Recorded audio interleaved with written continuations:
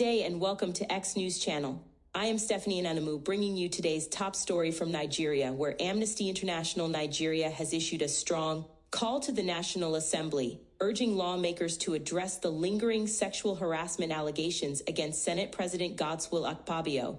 In a statement posted on X at 1611 UTC on June 2, 2025, the human rights organization criticized the Assembly for its inaction, describing the handling of the allegations as bizarrely trivialized, unaddressed, and ignored more than 3 months after the issue gained public attention. The allegations stem from claims made by Senator Natasha Akpoti-Uduaghan, who accused Akpabio of inappropriate behavior during a visit to his residence in Akwa Ibom State on December 8, 2023. In an interview with Arise Television in early March 2025, Akpoti-Uduaghan alleged that Akpabio made advances toward her and later insinuated that she should take care of him to ensure favorable consideration of her motions in the Senate. She compared his behavior to that of a university lecturer failing a student for refusing advances, highlighting the power dynamics at play. Despite the gravity of the accusations, the petition filed by Akpoti-Uduaghan was dismissed, as reported by the BBC on March 6, 2025. Akpabio, one of Nigeria's most senior politicians, denied the allegations.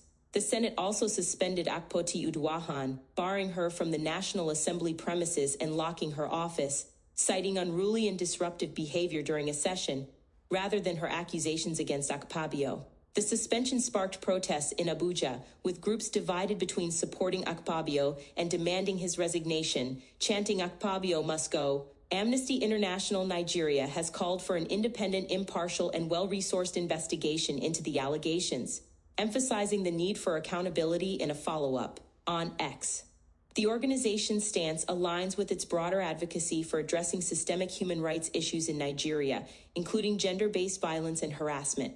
A 2022 study published in BMC Women's Health highlighted sociocultural barriers to safer sex negotiation among married women in northwest Nigeria, underscoring the deep-rooted gender inequalities that persist across the country. Similarly, a 2021 review in Helion examined gendered stereotypes and the need for interventions to shift attitudes, pointing to the systemic challenges women face in Nigerian society. The allegations against Akpabio also reflect a broader pattern of resistance to gender equity in Nigerian politics. According to a March 28, 2025 article in Foreign Policy, the Nigerian legislature has consistently rejected bills aimed at advancing women's rights over the past decade, leaving female politicians vulnerable to harassment and discrimination. Women hold only 4% of seats in Nigeria's National Assembly, one of the lowest rates globally, which further exacerbates the power imbalance. Amnesty International's demand for action comes at a critical time as Nigeria grapples with ongoing human rights challenges. The organization has previously called for independent investigations into abuses, such as its 2021 push for a presidential panel to probe human rights violations by security forces.